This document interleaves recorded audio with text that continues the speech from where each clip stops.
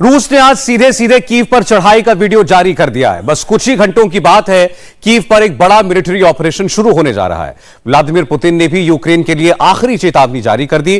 Putin ने सीधा कहा कि यूक्रेन को अब घुटने टेकने पड़ेंगे, क्योंकि ये युद्ध जितना लंबा चलेगा रूस की डिमांड बढ़ती जाएगी। पुतिन का दावा है कि उन्होंने यूक्रेन में 1,500 से ज्यादा मिलिट्री टारगेट्स को उड़ा दिया है, तो यूक्रेन का दावा है कि उसने एक हफ्ते में ही रूस के 9,000 सैनिकों का खात्मा कर दिया है। यूक्रेन के राष्ट्रपति व्लादिमीर ज़ेलेंस्की ने यह तक कहा कि वो नहीं चाहते कि यूक्रेन की जमीन रूसी सैनिकों की लाशों से पड़ जाए। जंग के 8वें दिन आज रात 8 बजे तक रूस ने यूक्रेन पर कहां तक कब्जा किया, कौन से शहर गिरने बाकी हैं, यूक्रेन रशिया युद्ध की पूरी डिटेल इस रिपोर्ट में।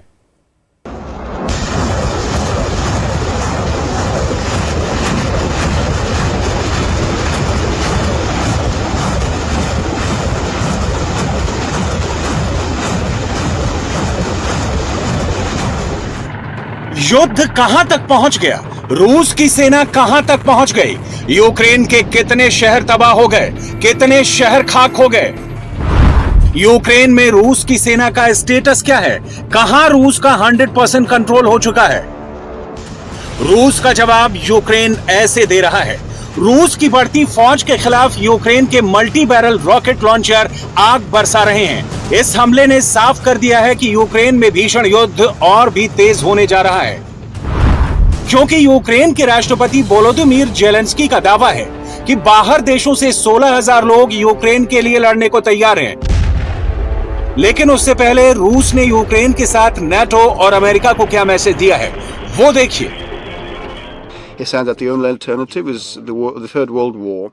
अगर तीसरा विश्व युद्ध हुआ तो वो यकीनन न्यूक्लियर वॉर होगी, मगर आप एक बात ध्यान रखें कि न्यूक्लियर वॉर की धमकी पश्चिमी देश देते हैं, हम नहीं। परमाणु युद्ध हमारे जहन में नहीं है, पश्चिमी देशों के नेताओं के दिमाग में है। हम किसी को प्रोवोक करने नहीं देंगे, लेकिन अगर हमारे खिलाफ किसी ने युद्ध की शुरुआत की तो मुझे लगता है कि जिन्होंने हमले का प्लान बनाया हुआ है उन्हें याद रखना चाहिए कि रूस क्या कर सकता है। is waged or unleashed against us, you know.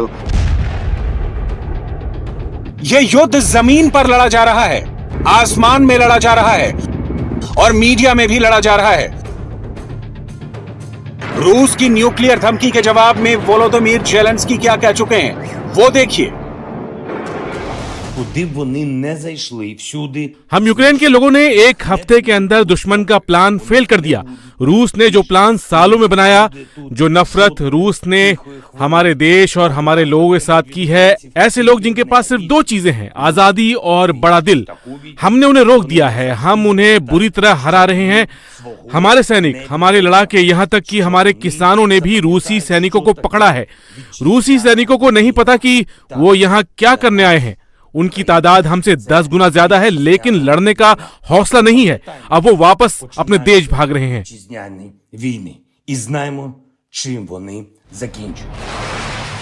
इस वक्त पूरी दुनिया का फोकस रूसी अटैक पर है, यानी रूस अभी कितने दिनों के अंदर पूरी तरह यूक्रेन पर कब्जा कर लेगा। रूस के टारगेट पर यूक्रेन के 5 बड़े शहर रहे हैं, राजधानी कीव और इसके बाद दूसरा सबसे बड़ा शहर खार्किव।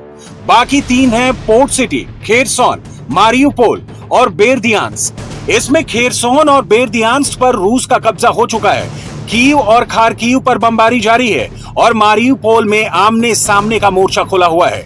यूक्रेन पर कब्जे की लड़ाई इस वक्त इन 5 शहरों तक ही नहीं सिमटी है। युद्ध में बहुत से शहरों पर अटैक हो रहा है, लेकिन ये ऐसे 5 सेंटर हैं जहां कब्जा करना रूस की सेना का मेन एजेंडा बना हुआ है। 24 फरवरी से शुरू हुई जंग के बाद रूस की फौज कहां पहुंची, आप इसे बहुत गौर से समझिएगा। 24 फरवरी को रूस ने 4 तरफ से यूक्रेन पर कब्जा किया था, उत्तर से पूर्वोत्तर और वहां से दक्षिण और दक्षिण पूर्व में किस तरह रूस की सेना आगे बढ़ी है उसे इस ग्राफिक्स की मदद से समझिए। यूक्रेन जो साइज के हिसाब से पाकिस्तान के बराबर है, वहां रूस की सेना का एडवांस आज बढ़कर यहां तक पहुंच गया।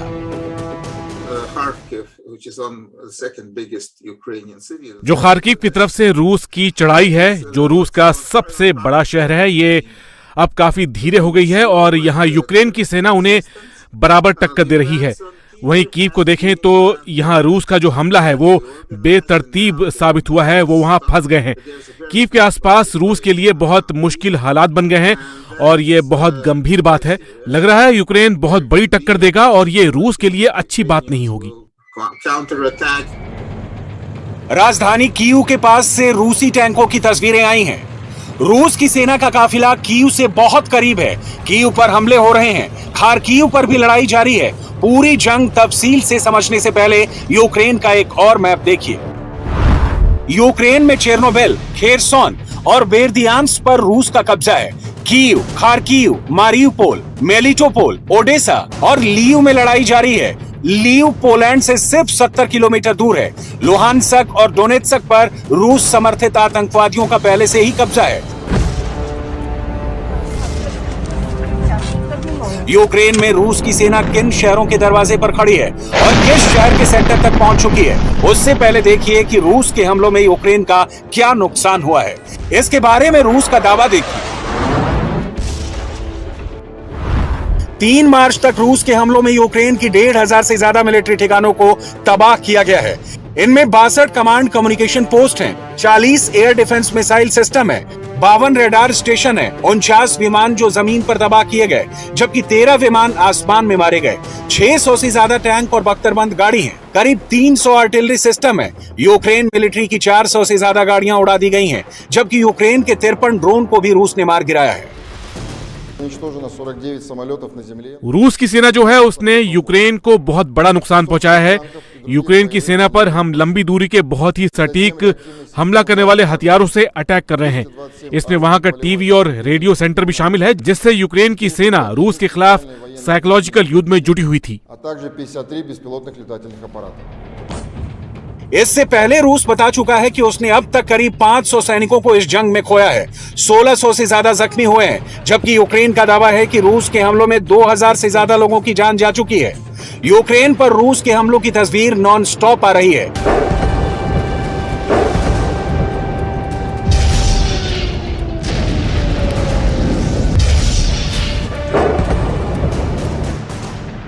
राजधानी कीव के आसमान में रूस के हेलीकॉप्टर मंडरा रहे हैं। वोल्नोवाखा से भी बहुत बड़ी तबाही की तस्वीरें आई हैं। बमबारी में यूक्रेन का इरपिन भी बर्बाद हो गया है।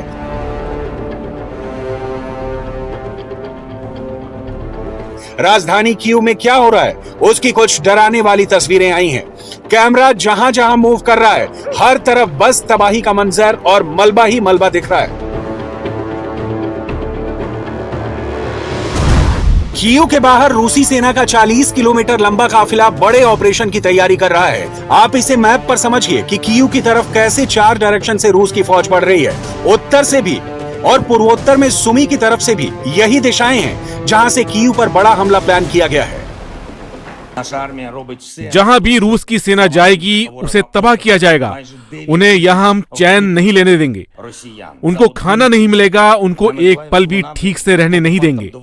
यूक्रेन के लोग रूस को कड़ी टक्कर देंगे, बहुत ही खतरनाक टक्कर, ऐसा मुकाबला जो रूस हमेशा याद रखेगा। हम अपनी जमीन का एक हिस्सा भी नहीं देंगे। ये यूक्रेन के लिए बहुत बड़ा युद्ध है। देश की खातिर हम लड़ेंगे और जिन्होंने हम पर हमला किया है उनको बहुत ही कड़ा सबक सिखाएंगे।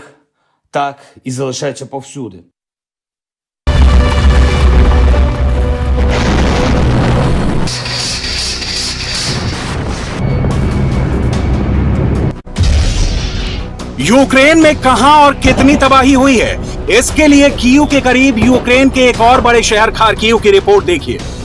खार्किव रूस के बॉर्डर से करीब 40 किलोमीटर दूर है। यहां की करीब 1.5 लाख की आबादी में ज्यादा लोग रशियन बोलते हैं।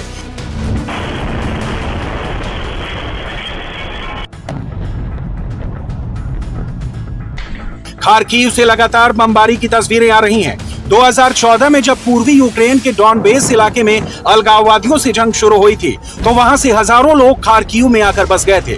लेकिन अब वो नई जंग की चपेट में हैं। रूस ने खार्किव को चारों तरफ से घेरा हुआ है, जहां यूक्रेन की फौज पर दबाव बहुत ज्यादा है। वहीं यूक्रेन का दावा है कि इस जंग में पहले 7 दिनों में ही 900 से ज्यादा रूसी सैनिक मारे जा चुके हैं। зламав плани ворога. हमारी सेना ने रूस की फौज को तोड़ कर रख दिया है। करीब 9,000 रूसी सैनिकों को हमने एक हफ्ते में मार गिराया। निकोलोवस्क में रूस के 10 हेलीकॉप्टर रेस्क्यू मिशन में लगाए गए ताकि अपने सैनिकों की लाशों और घायलों को उठा सके। इनमें ज्यादातर 19 और 20 साल के सैनिक थे। उन्होंने अपनी जिंदगी में क्या देखा था, लेकिन अब वो हमारी जमीन पर बेजान पड़े हुए हैं।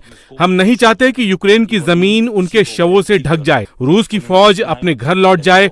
अपनी सेना को बोलो, अपने अफसरों को बोलो कि तुम जीना चाहते हो और तुम यहाँ मरना नहीं चाहते। हमें जंग रोकनी होगी और शांति स्थापित करने की पूरी कोशिश करनी होगी। यूक्रेन की आबादी करीब 4.5 करोड़ है। संयुक्त राष्ट्र का अनुमान है कि यूक्रेन में अब तक 40 लाख लोग शरणार्थी बन चुके हैं। 10 लाख लोग यूक्रेन छोड़कर जा चुके हैं। आज यूक्रेन में हजारों लोग व्लादिमीर पुतिन की बमबारी से भाग रहे हैं। वो अपना घर बार छोड़कर अपनी जान बचा रहे हैं। बर्फ में घंटों बच्चों के साथ पैदल चल रहे हैं ताकि वो यूरोपीय यूनियन के देशों तक सुरक्षित पहुंच जाएं। अब तक यूक्रेन के 10 लाख लोग यूक्रेन छोड़कर बॉर्डर क्रॉस कर चुके हैं। रोमानिया में ही 1.5 लाख से ज्यादा शरणार्थी पहुंचे हैं।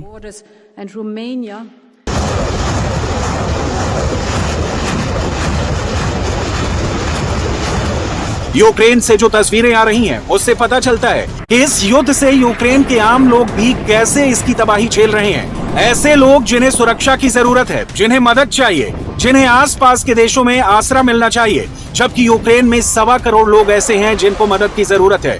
यूक्रेन के कई शहरों में सायरन लगातार बज रहे हैं, जहां पूरे दिन हवाई हमले का अलर्ट रहता है। उनमें कीव के अलावा माइकोलाइव, लीव, जाइटोमिर, इवानो, फ्रैंकवेस्ट, चेरनीहिव, वोलेन, चरकासी, किरोवोह्राड, पोल्टावा, खमेलनित्स्की, जोपोरेजिया और ओडेसा शामिल है। कीव के पास ये गोरेंका गांव है और यहाँ रूस की बमबारी ने बहुत घरों को तबाह कर दिया है। बताया जा रहा है कि यहाँ 2 लोगों की मौत हुई है, जबकि 12 लोग घायल हुए हैं। आज सुबह 8 बजे मैंने एक विमान की आवाज सुनी और जब मैंने दरवाजा खोला तो बहुत बड़ा धमाका हुआ और दरवाजा मुझ पर गिर गया। और यहाँ देखिए क्या नुकसान हुआ है। सब कुछ टूट फूट गया है, लेकिन किसी तरह मैं बच गई। आप देख सकते हैं कि यहाँ खिड़कियों को कैसा नुकसान पहुँचा है।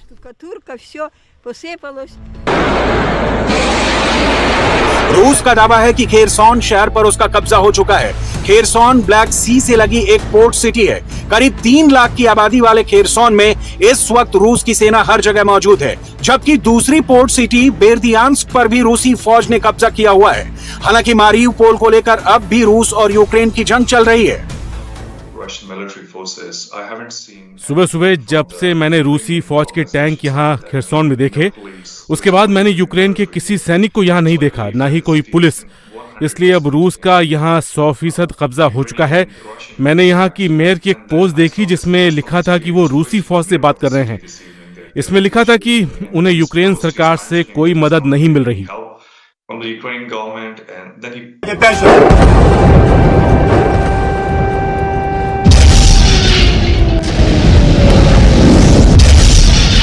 लेकिन जेलेंस्की ने इसे लेकर कोई बात नहीं की है कि रूस की सेना कितने शहरों में घुस चुकी है या कहीं उसका कब्जा हुआ है।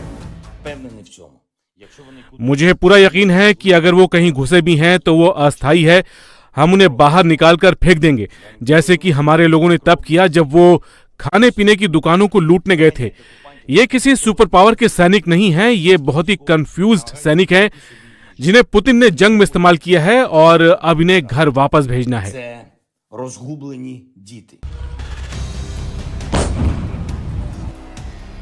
उत्तर में कीव और खार्किव और दक्षिण में 3 शहर मारियुपोल, खेरसॉन और बेर्दियांस्क। सबसे पहले आपको मारियुपोल और उसके आसपास चल रहे युद्ध के बारे में बताते हैं। दक्षिण पूर्व यूक्रेन का मारियुपोल शहर, जो एक पोर्ट सिटी है, यहाँ आमने सामने की जंग चल रही है। 4.5 लाख की आबादी वाले मारियुपोल पर रूस ने क्राइमिया की तरफ से काफी दबाव बनाया हुआ है। मारियुपोल से करीब 84 किलोमीटर दूर बेर्दियांस्क है। करीब 1.25 लाख की आबादी वाला ये शहर यूक्रेन में टूरिज्म का एक सेंटर है। यहाँ रूस का कब्जा हो चुका है। रूस समंदर के रास्ते यूक्रेन की घेराबंदी में जुटा हुआ है। ब्लैक सी या कहें कि काला सागर से यूक्रेन को घेरने की तैयारी जारी है। रूसी नेवी को लगातार न सिर्फ यूक्रेन बल्कि नाटो की फोर्स भी ट्रैक कर रही है। यहाँ रूस की पूरी कोशिश है कि यूक्रेन को समंदर के रास्ते से पूरी तरह से काट दिया जाए। काला सागर के पास रूसी नेवी की बड़ी मूवमेंट देखी गई है। रूसी नेवी का शिप ओडेसा की तरफ बढ़ रहा है। 4 लैंडिंग शिप और 3 मिसाइल बोट के ओडेसा की तरफ बढ़ने की खबर है। बड़े हमलों की तैयारी के बीच यूक्रेन पर रूस के ताबड़तोड़ हवाई अटैक जारी हैं। रूस के हमलों की 3 तस्वीरें एक साथ देखिए। कीव में रूस ने एक मिसाइल अटैक किया जिसमें रेलवे स्टेशन को नुकसान पहुंचा है। खार्किव में रूस के अटैक में स्कूल पर बम गिरे हैं। चेर्निहिव में भी रूसी सेना ने हमला बोला जिससे यहां तेल डिपो में आग लग गई।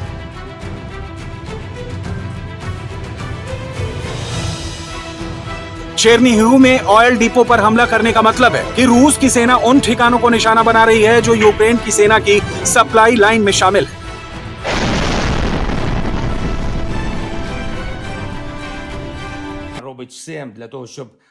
रूस ने जो तैयारी कई सालों से की थी उसे तो हमने एक हफ्ते में ही खत्म कर दिया। हमारे सैनिक जो हैं, हमारे बॉर्डर गार्ड और हमारी टेरिटोरियल डिफेंस यूनिट जो है, हम सब ने मिलकर उन्हें रोका है। रूस को बहुत ही कड़ी टक्कर दे रहे हैं हम। यूक्रेन के चेर्निहिव में रूस के हमले का वीडियो देखिए। ये दोपहर 12:15 बजे की बात है जब रूस ने इस इलाके पर शेलिंग की और ये वीडियो कार के डैशबोर्ड कैमरे पर रिकॉर्ड हो गया। यूक्रेन के वॉर जोन में रूस लगातार एयर सुप्रीमेसी कायम करने में लगा है। मेलिटोपोल से ये तस्वीर देखिए जहां रूस के अटैक हेलीकॉप्टर उड़ान भर रहे हैं ताकि यूक्रेन की ग्राउंड फोर्स को निशाना बना सकें। रूस की वायुसेना की सुखोई 24 बॉम्बर जेट भी यूक्रेन के आसमान में मंडरा रहे हैं। ये भारी बमबारी करने वाले जहाज हैं और अगले दिनों में ये रूस के एयर अटैक में भी बड़ी भूमिका निभाने वाले हैं।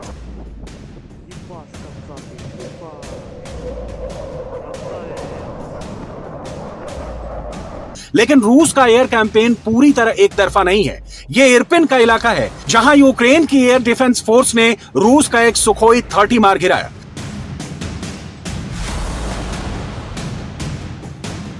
यूक्रेन के सेना प्रमुख का भी बड़ा बयान आया है कि अब यूक्रेन की आर्मी काउंटर अटैक तेजी से कर रही है और रूस की सेना को बड़ा नुकसान पहुंचाया जा रहा है। यूक्रेन के लगभग सभी बड़े शहरों पर रूसी फौज अटैक कर रही है। मिसाइल अटैक को लेकर जो शहर निशाने पर हैं, वो हैं Kyiv, Kharkiv, Okhtyrka, Sumy, Kherson, Odesa. यहां लगातार मिसाइल हमले हो रहे हैं। The northern push by the Russians down towards the south, towards Kyiv, remains stalled. They haven't, from our best estimates, have not made any appreciable progress, geographically speaking, in the last 24 to 36 hours. They have not taken any of the major population centers that they appear to be wanting to take. And again, we think that there's a variety of reasons for that, not least of which is the bravery and the skill and the creativity of Ukrainian fighters. They are defending their country, and every shot they take, every maneuver they execute,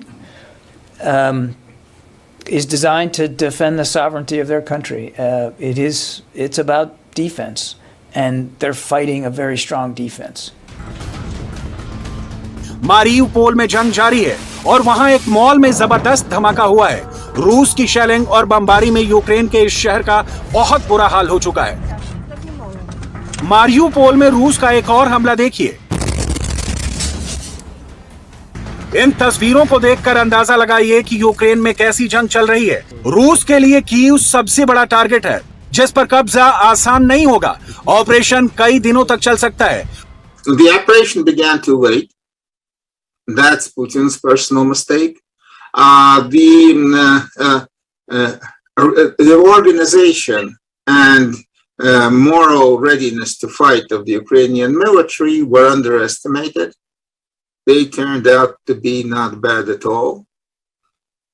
Russia failed to win total air superiority and control of the airspace over all of Ukraine.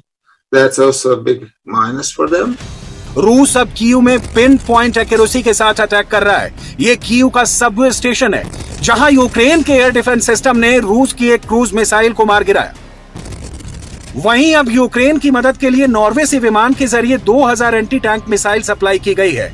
इसलिए युद्ध अभी और भीषण होने वाला है, इसमें किसी को कोई शक नहीं होना चाहिए।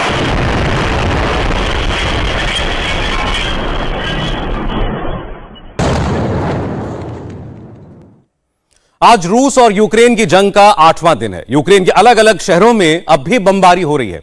रूस लगातार हमले कर रहा है और जैसे जैसे दिन बीत रहे हैं पुतिन का गुस्सा बढ़ता जा रहा है। रूस को उम्मीद नहीं थी कि यूक्रेन इतने दिन उसके आगे टिक पाएगा, मगर ऐसा हो गया। इसके पीछे घोस्ट आर्मी को बड़ी वजह बताया जा रहा है। क्या अमेरिकी सैनिक यूक्रेन की तरफ से युद्ध लड़ रहे हैं? क्या नेटो के पायलट्स यूक्रेन के मेघ उड़ा रहे हैं? यूक्रेन में बहुत कुछ हो रहा है जो बताया नहीं जा रहा है।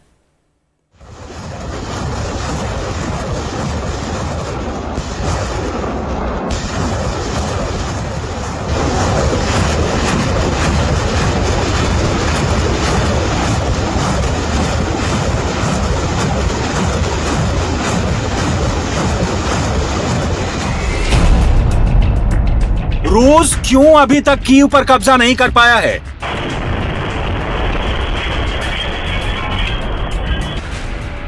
रशियन आर्मी अभी तक यूक्रेन में पांव क्यों नहीं जमा पाए? इसका जवाब ये आवाज, ये गरजती तोपें हैं। रूस ने खार्किव को सरेंडर करने का पहले अल्टीमेटम दिया, फिर वार्निंग दी और उसके बाद खार्किव को खाक में मिलाने वाली मिसाइलें भी दागी। लेकिन फिर भी रूस को कामयाबी नहीं मिली। यूक्रेन को लेकर रूस ने जो सोचा था वो उल्टा निकला। अभी तक रूस की तरफ से ही हमला हुआ है। ये जो लाल रंग का यूक्रेन का बॉर्डर एरिया है, यहां पर रूस का कंट्रोल हो चुका है। खार्किव में जंग जारी है। मारियुपोल में भी रशियन आर्मी पूरा जोर लगा रही है। खेरसोन में कब्जा हो चुका है। डोनेत्स्क और लुहानस्क में पहले ही रूसी समर्थक विद्रोहियों का कब्जा है। ओडेसा पर भी रूस को कब्जा करना है। हर बीतते वक्त के साथ रूस को कड़ी टक्कर मिल रही है। कीव पर कब्जा करने का रूसी प्लान 4 से 5 दिन का था। इसके बाद वो पूरे यूक्रेन को रूस में मिलाते। लेकिन जिस तरह से यूक्रेन ने रूस को रोका है, उसकी उम्मीद रूस को जरा भी नहीं थी।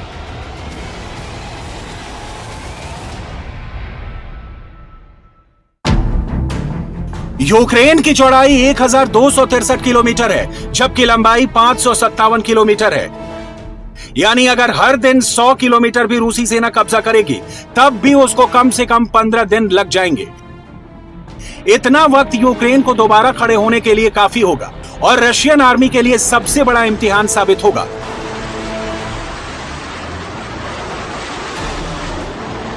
सोशल मीडिया पर ऐसे वीडियो वायरल हो रहे हैं जो रूसी सेना की कमजोरियों को बयां कर रहे हैं। इस वीडियो में रूसी टैंक का फ्यूल खत्म हो गया है। उसके बाद यूक्रेनी नागरिक और रूसी सैनिक में क्या बातें हुई वो भी सुनिए। Сломались, пацаны. Сломались. Можно оттащить на Россию обратно. А вы хоть знаете, куда вы едете? Нет. Куда? На Киев, блядь, хуярите. Да. Все на нашей стороне. Ваши и плен сдаются хорошо. रूस को लगा था कि उनकी जंग यूक्रेन की सेना से होगी। टारगेट पर यूक्रेन के राष्ट्रपति जेलेंस्की होंगे। लेकिन जब जंगे मैदान पर देखा तो इस जंग में यूक्रेन जनता सबसे आगे है। सड़क के एक तरफ हजारों यूक्रेनियन खड़े हैं, सामने रूस की सेना खड़ी है। एक तरफ बंदूकें हैं, टैंक हैं, दूसरी तरफ अपने वतन के लिए जान देने का जज्बा है। ऐसा नहीं है कि यूक्रेन में आम लोगों ने हथियार उठाए हैं, बल्कि पूर्व मिस यूक्रेन ने भी अब हथियार उठा लिए हैं। अनास्तासिया लेना ने अपने वतन की रक्षा करने की कसम खाई है और हथियार चलाने की ट्रेनिंग भी पूरी कर ली है। कभी रैंप पर चलने वाली अनास्तासिया अब गोलियां चलाएंगी। ये यूक्रेन की महिला सांसद कीरा रोडिक हैं, जिन्होंने रूस के खिलाफ बंदूक थाम ली है और अपने वतन की हिफाजत करने के लिए जान देने और जान लेने के लिए भी तैयार हैं। जो कभी ओपेरा आर्टिस्ट हुआ करते थे, डांसर हुआ करते थे, आज सब सैनिक बन चुके हैं। ये कीव का बाहरी इलाका है, जहां पर हर उस रास्ते को ब्लॉक किया जा रहा है जहां से रूसी सेना कीव में दाखिल हो सकती है। कीव में अब हर नागरिक ही सैनिक है, हर कोई योद्धा बन चुका है। जैसे गाड़ियों की चेकिंग करते ये सैनिक पहले वकील थे, जंग शुरू हुए तो काले कोट उतार कर सेना की वर्दी पहन ली। कल तक बंदूक पकड़नी नहीं आती थी, आज जंग में सबसे आगे खड़े हैं। Not, but we haven't attacked yet. अभी कीव तक रूसी सैनिक नहीं पहुंचे हैं, लेकिन हमने अलग अलग कई ग्रुप बनाए हैं। अभी ज्यादा से ज्यादा लोगों की जरूरत है। हम लोगों को हथियार चलाने की ट्रेनिंग दे रहे हैं और लोकल लोगों को बंदूक चलाना सिखाना आसान नहीं है। एक टैंक में 1000 हॉर्स पावर होती है, यानी ट्रक से भी उसको रोक पाना मुमकिन नहीं। लेकिन देखिए कैसे एक यूक्रेन का शख्स टैंक को रोकने की कोशिश कर रहा है। उसको भी पता है टैंक को हाथों से नहीं रोका जा सकता है, लेकिन यहाँ पर यूक्रेनियन लोगों का जज्बा देखने लायक है। रूस ने खार्किव पर जबरदस्त हमला किया। मारियुपोल पर भी भीषण बमबारी जारी है। ऐसा ही अटैक रशियन आर्मी कीव पर भी करेगी।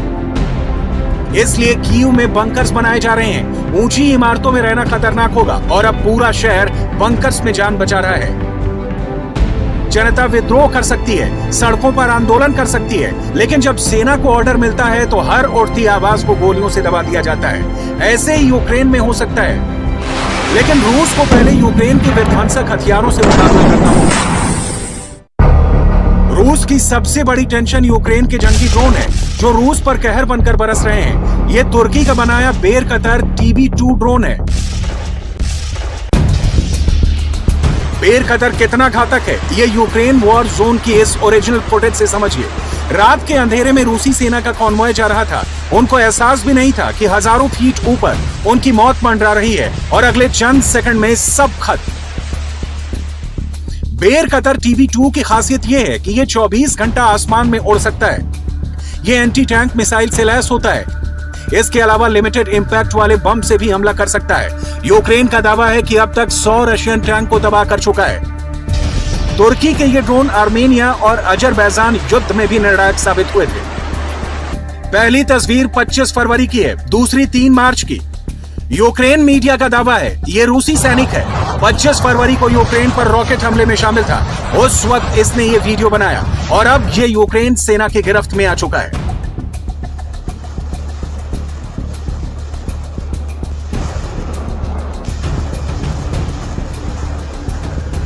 यूक्रेन ने बुधवार रात को रूस पर सबसे बड़ा जवाबी हमला किया। यूक्रेन का दावा है कि उसने रूस सेना की बटालियन को जबरदस्त नुकसान पहुंचाया। जिस हथियार से यूक्रेन ने सबसे बड़ा वार किया उसका नाम है वेल्खा multiple rocket launch system.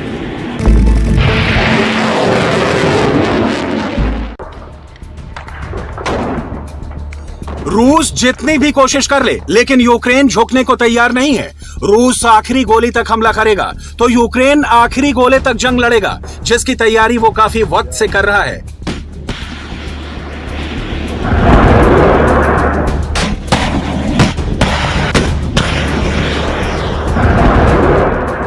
Ukraine का वेल्खा 45 सेकंड में 12 रॉकेट लॉन्च कर सकता है।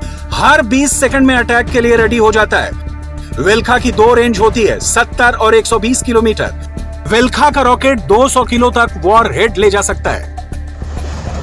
वॉर जोन में यूक्रेन के हथियार गेम चेंजर साबित हो रहे हैं, जबकि रूस के आर्मर्ड व्हीकल्स यूक्रेन के कीचड़ में फंसे हैं। यूक्रेन में बरसात का मौसम आ चुका है, जो रूस के लिए बड़ी चुनौती है। यूक्रेन का दावा, रूस का प्लान नाकाम होने लगा है, क्योंकि रूस की सप्लाई लाइन तो यूक्रेन आर्मी ने तोड़ दी है।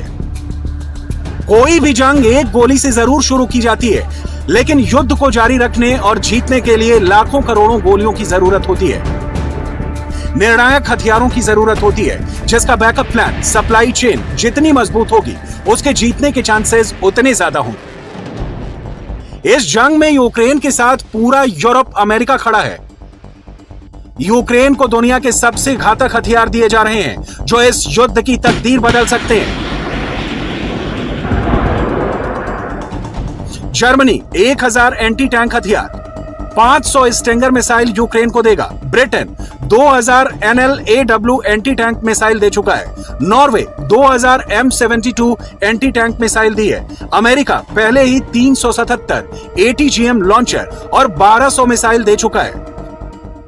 बड़ी खबर आपको बता दें, रूस यूक्रेन युद्ध पर इस वक्त 2 बड़ी और अहम बैठक चल रही हैं। पहली बैठक बेलारूस में यूक्रेन और रूस के बीच चल रही है, जबकि दूसरी बैठक भारत, अमेरिका, ऑस्ट्रेलिया और जापान के बीच बेलारूस बॉर्डर पर यूक्रेन और रूस के डेलीगेशन के बीच युद्ध विराम की शर्तों पर बातचीत जारी है। तो उधर क्वाड की वर्चुअल मीटिंग भी चल रही है। क्वाड की यह मीटिंग रूस के यूक्रेन पर हमले को लेकर अमेरिका की स्पेशल रिक्वेस्ट पर हो रही है। प्रधानमंत्री नरेंद्र मोदी इस समय वाराणसी में है। वाराणसी से ही प्रधानमंत्री नरेंद्र मोदी क्वाड की इस वर्चुअल मीटिंग में अमेरिकी राष्ट्रपति जो बाइडेन, ऑस्ट्रेलिया के प्रधानमंत्री स्कॉट मॉरिसन और जापान के प्रधानमंत्री योशिहिदे सुगा के साथ बातचीत कर रहे हैं। लेकिन दुनिया बेलारूस में चल रही मीटिंग की ओर उम्मीद भरी नजरों से देख रही है।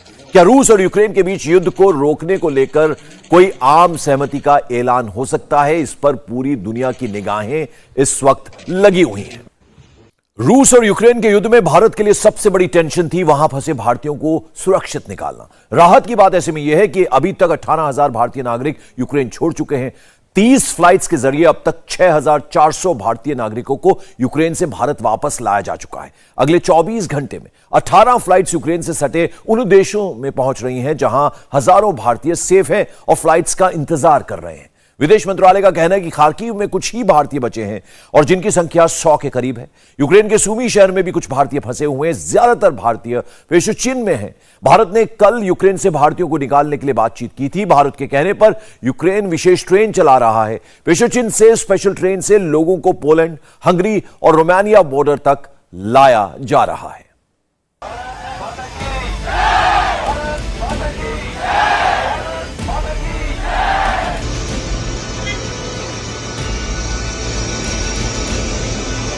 इन विमानों के साथ कई उम्मीदें अपनी उड़ान पूरी करके लौट रही हैं। कई परिवारों की खुशियां लौट रही हैं और उन आंखों के सपने एक बार फिर जी उठे हैं जो पिछले एक हफ्ते से दहशत में घिरे थे।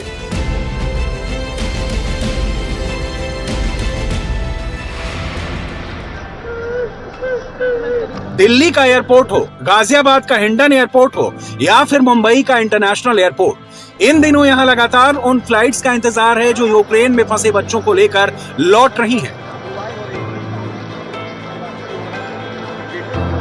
इन बच्चों की आंखों में झांकिए तो उसमें अभी वो मंजर तैर रहा है जैसे बड़ी मुश्किल से वो पीछे छोड़कर आए हैं। निधि से मिलिए। निधि यूक्रेन के खार्किव में फंसी हुई थी। आज ही दिल्ली पहुंची हैं, लेकिन खार्किव से लेकर दिल्ली तक वो कितनी बार टूटी, क्या क्या सोचा, कितना परेशान हुए, वो उनका दिल जानता है। मैं खार्किव से उस रात को निकल गई थी जब अटैक हुआ था। हम अपने कीव एयरपोर्ट की तरफ जा रहे थे, तब हमारे फ्रेंड्स का हमें कॉल आया कि खार्किव में अटैक हो गया है, फायरिंग हो रही है और बम्बार्डिंग हो रही है बाहर। तब तक लेकिन हम खार्किव क्रॉस कर चुके थे। फिर हम एयरपोर्ट नहीं पहुंच पाए क्योंकि बीच में बोल रहे थे कि वहाँ पे बम्बार्डिंग हो रही है तो आप लोगों को वहाँ नहीं ले जाया जाएगा। फिर एयरपोर्ट पहुंचे तो वो सील हो गया था जब तक हम वहाँ पे पहुंचे थे। तो उसके बाद हमें लिटरली आइडिया नहीं था अब हम कहाँ जाए, क्या करें, क्योंकि वहाँ पे जितने बच्चे थे कुछ लोग बोल रहे यहाँ चलते हैं, कुछ बोल रहे वापिस खार्किव चलते हैं, तो बिल्कुल भी समझ नहीं आया। फिर घर वालों की तरफ से उन्होंने पूरा सपोर्ट किया, मेरे भाई वगैरह उन्होंने पूरा सपोर्ट किया, उन्होंने हर स्टेप पे गाइड किया कि आप ऐसे करो वैसे करो, तब जाके हम वहां तक बॉर्डर तक पहुंचे। बॉर्डर के बाद हमें बहुत अच्छे से ग्रीट करके निकाला जा रहा है, बट सर बॉर्डर तक तो बच्चों को खुद आना पड़ रहा है। अगर बीच में उन्हें कुछ हो जाता है तो वो किसकी रिस्पॉन्सिबिलिटी।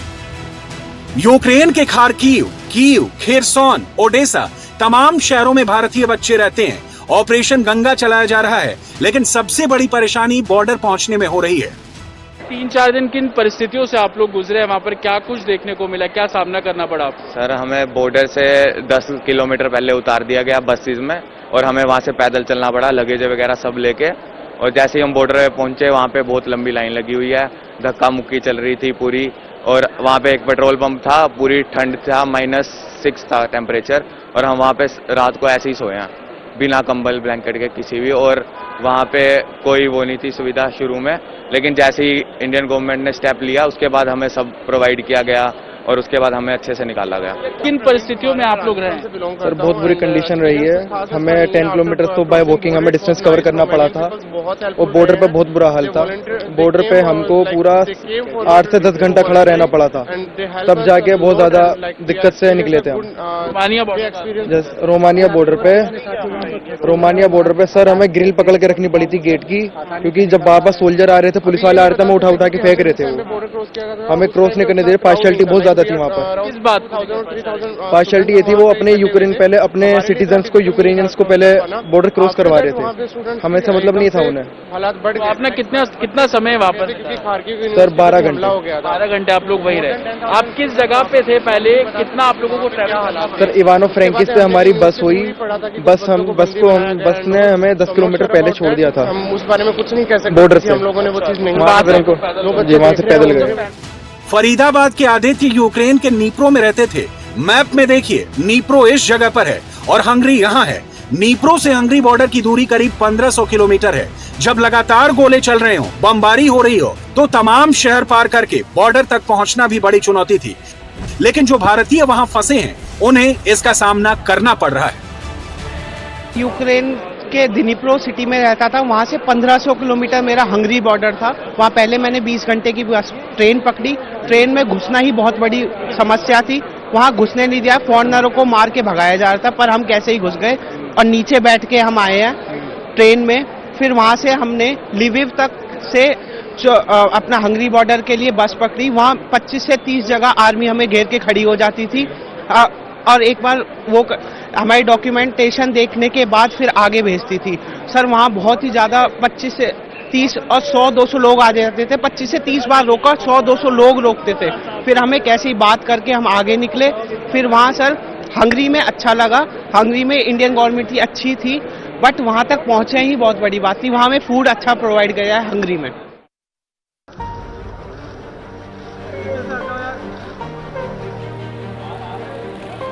प्रधानमंत्री मोदी का संकल्प है कि यूक्रेन से हर भारतीय को सुरक्षित लाना है और उसके लिए युद्ध स्तर पर ऑपरेशन गंगा चलाया भी जा रहा है।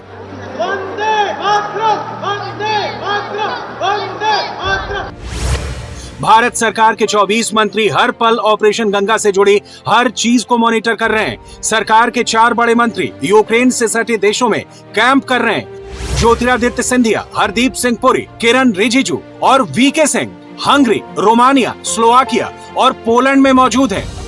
ये मंत्री यूक्रेन में फंसे बच्चों की हर तरह से मदद कर रहे हैं। What I'm doing is trying to get you to Delhi as soon as possible. Ukraine से सटे देशों के बॉर्डर पर भारत सरकार के मंत्री मौजूद हैं। फ्लाइट में जाकर मंत्री इन बच्चों को ढांढस बना रहे हैं, उनका स्वागत कर रहे हैं। उसके बाद एयरपोर्ट पर भी इन छात्रों को रिसीव करने के लिए मंत्री मौजूद हैं। इतनी बड़ी संख्या में युद्ध के बारूदी ढेर से हिंदुस्तान के हजारों की संख्या में जो हमारे नागरिक हैं, जो हमारे छात्र हैं, उनको सुरक्षित हिंदुस्तान लाया जा रहा है। युद्ध स्तर पर उस मिशन की निगरानी, उस मिशन का नेतृत्व नरेंद्र मोदी जी स्वयं कर रहे हैं। और जैसा कि हमेशा ऐसे संकट के समय में वो फ्रंट से हमेशा संकट मोचक की भूमिका निभाते रहे हैं और संकट के समय में हमारे हिंदुस्तान और हमारे हिंदुस्तानियों की सुरक्षा पूरी मजबूत हो, पूरी तरह से सुरक्षित हो, पूरी तरह से सुनिश्चित हो, इस काम के लिए हमेशा टेस्टेड और ट्रस्टेड नेतृत्व है हिंदुस्तान। इंडिया टीवी हर वक्त हर जगह डाउनलोड करने के लिए सर्च करें India TV news Google play store या ऐप स्टोर पर।